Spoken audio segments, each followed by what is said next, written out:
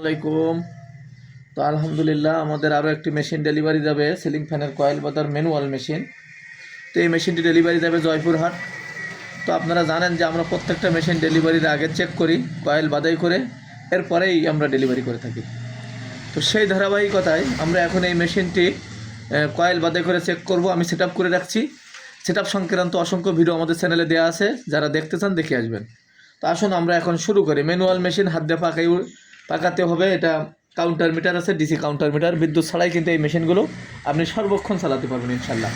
তো এখন আমরা দেখবো যে কয়েল বাদাই কেমন হয়। এটাই কিন্তু আমাদের প্রথম কয়েল, আমরা এই মেশিন দিয়ে কিন্তু আর কয়েল বাদাই করি না, এটাই প্রথম বাদাই করছি। আমরাও দেখবো, আপনারাও দেখবেন কেমন হয়। যদি কোনো ত্রুটি থাকে আমরা অবশ্যই সেটা সমাধান করবো।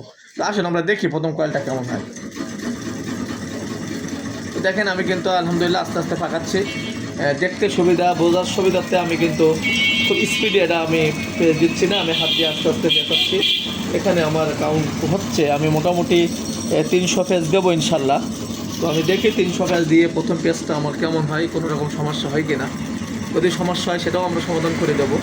তো যেহেতু এটা প্রথম পেজ, আমরা সবাই দেখব পেজটা কেমন হয়, আপনাদেরকেও দেখাবো যে আমাদের প্রথম পেজটাও কেমন হয়। কারণ প্রত্যেকটা মেশিনই পরবর্তী পেজগুলো, পরবর্তী বাধাইগুলো কিন্তু বেশি ভালো হয়। কারণ মেশিনটা যখন ফিনিশিং হয়ে যাবে, সেটা কমপ্লিট হয়ে যাবে, তখন আপনার কিন্তু প্রথম ছাড়া পরবর্তীগুলো অনেক বেশি ভালো হবে।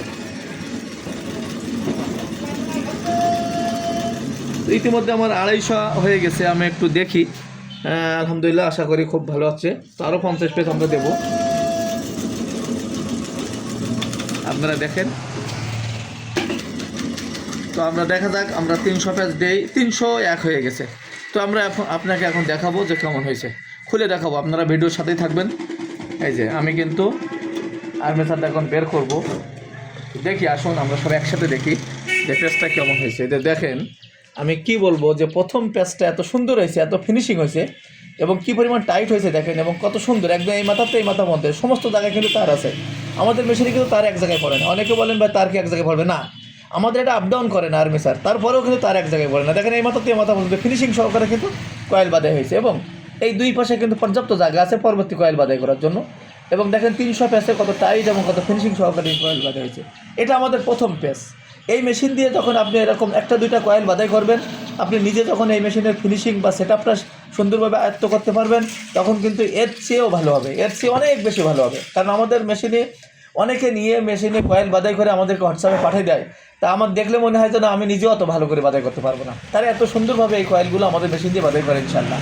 তা আলহামদুলিল্লাহ, আপনারাও পারবেন, চেষ্টা করলে, 1-2 বার চেষ্টা করলে আপনারা এর চেয়েও ভালো পারবেন। প্রথমবারতে এত সুন্দর হয়েছে, এখানেও কোনো ত্রুটি নেই।